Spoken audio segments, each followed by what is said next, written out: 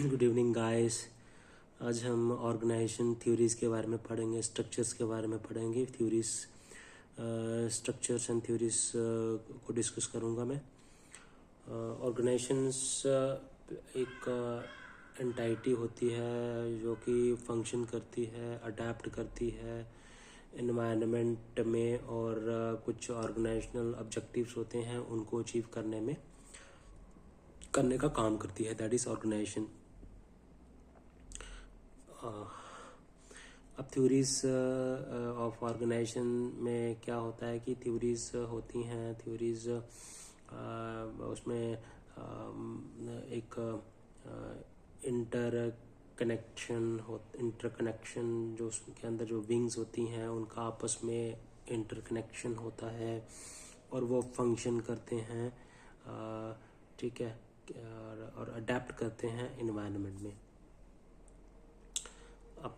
Theories दो तरह की थ्योरीज हैं, एक सिस्टम थ्योरीज है, एक कंटीजेंसी थ्योरीज है। सिस्टम थ्योरीज का मतलब ये होता है कि ऑर्गेनाइजेशन जो है वो एक इंटरकनेक्टेड है, उसके जो डिफरेंट कंपोनेंट्स हैं, पार्ट्स हैं, वो इंटरकनेक्टेड हैं और वो वर्क करते हैं साथ में to achieve organisational objective.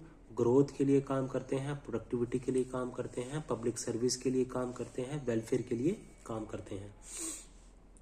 Then second theory आती है कंटिजेंसी थ्योरी। कंटिजेंसी थ्योरी का ये कहना है कि कोई भी ऑर्गेनाइजेशन स्ट्रक्चर जो है वो फिट नहीं होता, मैनेजमेंट स्टाइल फिट नहीं होता for all types of situation के अकॉर्डिंग, एनवायरनमेंट के अकॉर्डिंग ऑर्गेनाइजेशन को अपने आप को अडेप्ट करना ही होता है, ठीक है। तो एक फ्लेक्सिबल ऑर्गेनाइजेशन स्ट्रक्चर जो है वो एक एग्जाम्पल है कंटिजेंसी ऑर्गेनाइजेशन थ्योरी का कहना है कि फ्लेक्सिबल ऑर्गेनाइजेशन स्ट्रक्चर होना चाहिए। अब फॉर एग्जांपल स्टार्टअप है, एक स्टार्टअप जो है, जो ऑर्गेनाइजेशन स्ट्रक्चर होता है स्टार्टअप का, वो एक एग्जांपल है कंटिजेंसी ऑर्गेनाइजेशन की।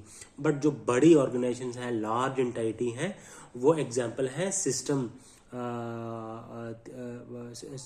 ऑर्गेनाइजेशन का, क्योंकि वहाँ पे कम्प्लेक्स सिस्टम होता है, ठीक है, उसमें इंडिपेंडेंट पार्ट्स होते हैं, हिरार्की होती है, ठीक है। तो बड़ी एंटाइटी जो है वो काम करती है एज ए सिस्टम थ्योरी के ऊपर। और जो जैसे मैंने बताया आपको, स्टार्टअप्स होती हैं वो वर्क करती हैं एज ए कंटिजेंसी थ्योरी को वो ध्यान में रखे, कंटिजेंसी थ्योरी को वो फॉलो करती हैं। अब आ गया forms of organisation, structure and forms of organisation, ठीक है। फर्स्ट आता है इसमें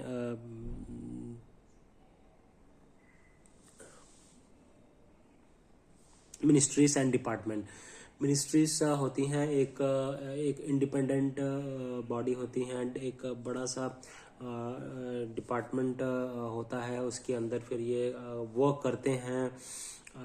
मिनिस्ट्रीज बेसिकली डिफरेंट सेक्टर्स जो हैं, डिफरेंट डिपार्टमेंट्स जो हैं, उसकी हेड होती है मिनिस्ट्री। जैसे for example ministry of finance है, वो फिनेंशियल मैटर्स को देखती है।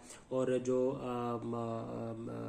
मिनिस्ट्रीज होती हैं वो क्या करती हैं, फॉर्मुलेट करती हैं पॉलिसीज़ को और इम्प्लीमेंट करती हैं पॉलिसीज़ को, ठीक है। और डिपार्टमेंट जो होता है वो एक स्पेसिफिक सेक्टर्स के लिए होता है। जैसे डिपार्टमेंट ऑफ रेवेन्यू जो है वो एक डिपार्टमेंट है, और जो मिनिस्ट्री ऑफ फाइनेंस जो है वो एक मिनिस्ट्रीज है, एक गवर्नमेंट एंटिटी है, और जो एक फॉर्मुलेशन का काम करती है, और एक डिफरेंट डिपार्टमेंट्स होते हैं, वो डिफरेंट मिनिस्ट्रीज के अंदर डिफरेंट डिपार्टमेंट्स आते हैं। So that is the difference between ministries and department. Then second is public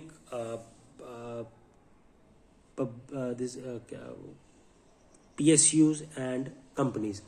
public sector undertakings क्या है, they are public entities, and इनका फंक्शन, ये कमर्शियल एंटाइटीज हैं बट ये वर्क करती हैं पब्लिक वेलफेयर के लिए, पब्लिक यूटिलिटीज को ये फुलफिल करती हैं। लेकिन जो कंपनीज होती हैं वो गवर्न करती हैं कंपनी लॉज के थ्रू, वो कंपनी लॉज को फॉर्म करके, और वो जो प्राइवेट भी हो सकती है और पब्लिक भी हो सकती है। For example Tata company, Reliance, Infosys, ये कंपनीज की एग्जांपल हैं।